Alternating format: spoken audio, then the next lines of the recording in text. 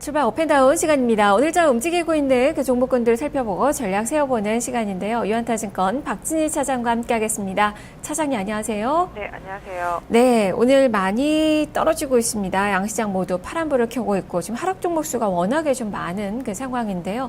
자, 종목들의 움직임 어떻습니까? 네, 전체적으로 시장 압박을 받는 모습 보실 수가 있겠는데요.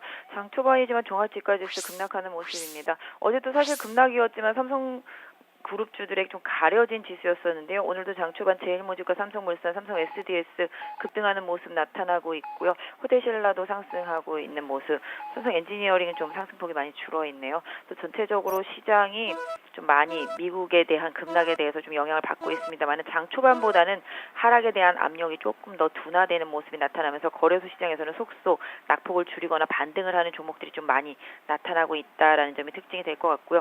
어제 급락을 했었던 종목들 위주로 좀 반등이 나타나는 모습들도 있습니다. 셀트리온이나 국순당 이런 종목들 반등하고 있고 내추럴 엔도텍은 오늘도 좀 상한가에 들어가는 모습 보실 수가 있겠고요. KCC와 한샘 등도 반등에 나서는 모습입니다. 대림산업도 좀 반등에 나오는 모습이 좀 나타나고 있는 모습이고요. LG 디스플레이도 플러스 전환되는 모습 보여지고 있습니다. 전체적으로 시장이 좀 많이 압박을 받고 있습니다. 환율이 1,100원대 이상으로 강하게 뛰어오르면서 내수주들의 하락은 당연하다라고 보겠습니다만 오히려 좀 수출주들도 힘을 내줘야 되는데 하락이 좀 나오고 있어서 안타까운데요. 엔저가 또 역시 그 기반이 좀 깔려 있다라고 보여지는데요. 좀 너무 좀 우려가 심한 게 아닌가라고 보여지고 있는데요. 현대차 그룹주들도 좀 약세 보여주고 있는 가운데 모비스만 좀 반등을 하고 있고요.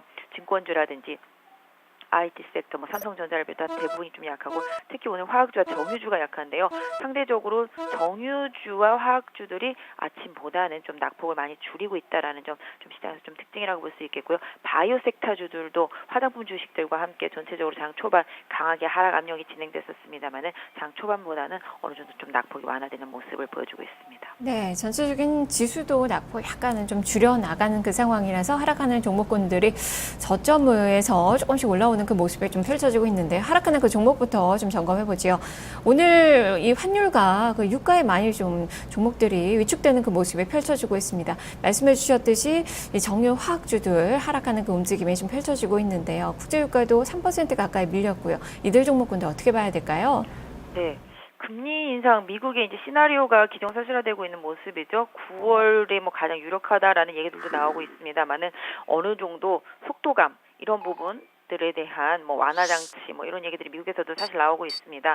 그래서 미국도 사실 시장이 급락하는 것 자체는 아마 원하지 않을 겁니다. 달러가 워낙 강세다 보니까 미국 기업들도 지금 실적이 안 좋으실 거라는 우려감 때문에 시장이 급락하고 있는데요. 우리 시장 반대로 생각하면 달러가 강세를 보임에 따라서 원화가 약세를 보인다라면 오히려 좀 수출주들이 힘을 내줘야 될 것 같고요.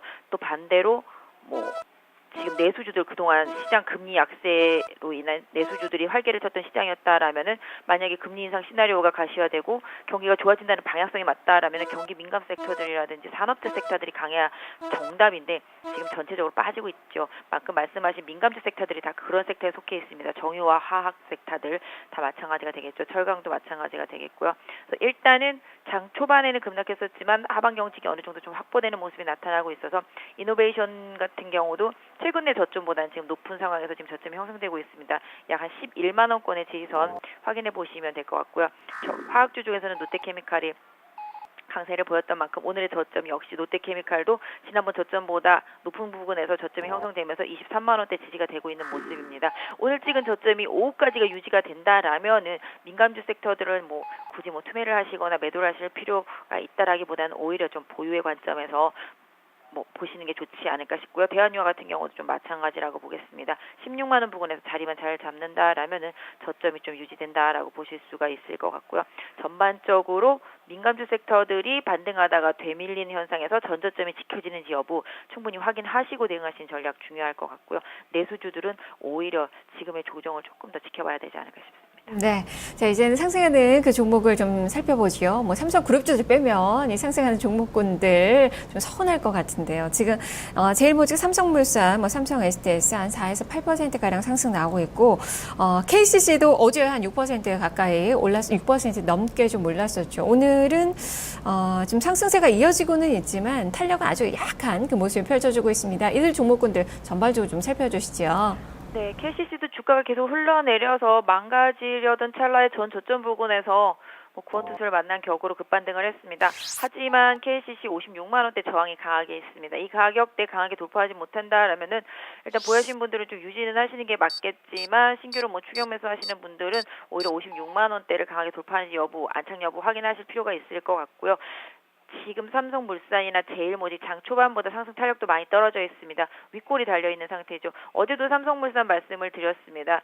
7만 원에서 7만 5천 원 부근에 강한 매물대가 존재하고 있습니다. 삼성물산도 이 구간대의 매물대 강하게 이겨내기 사실은 단기간에는 쉽지 않아 보이고 있습니다. 그래서 오히려 추격 매수하기보다는 보유하신 분들의 영역이고요. 조금 더 관망하시면서 갭 매음을 좀 기다려보시고요. 한 6만 5천 원대 부근에서의 좀 지지력도 좀 확인이 돼야 될 필요가 있겠습니다. 삼성물산은. 제일모직도 마찬가지죠. 급등 이후에 오늘 윗골이 강하게 달렸습니다. 지금 사실 사기엔 좀 많이 비싼 가격이죠. 삼성의 지배 구조가 좀 단순화되는 과정에 긍정적인 부분은 충분히 있습니다만은 단기적으로 주가가 급등한 만큼 추격 매수보다는 기다리시는 전략이 좋을 것 같고요. 오늘 발생한 제일모직도 윗꼬리가 앞으로 좀 부담이 되지 않을까 싶습니다. 2번 타자라고 알려져 있는 삼성 SDS와 삼성전자도 향후에 합병 시나리오라든지 수확 가능성 충분히 열려 있는 상태이기 때문에 지금 삼성 SDS가 오히려 후발주자로 좀 많이 부각이 되고 있는 상태인데요. 이 종목도 지금 30만 원 부근에서 전 고점 저항 맞고 있는 모습입니다. 어제 오늘 거래량으로 보면 오히려 좀 삼성 SDS가 좀 더 안정감을 가지고 있다라고 볼 수 있겠는데요. 보유하신 분들은 좀 유지하시는 전략, 그러면서 30만 원대 다시 재돌파하는지 여부 확인해 볼 필요가 있을 것 같습니다. 네, 알겠습니다. 말씀 잘 들었습니다. 네, 감사합니다. 네, 지금까지 유한타증권 박진희 차장과 함께 출발 업앤다운 살펴봤습니다.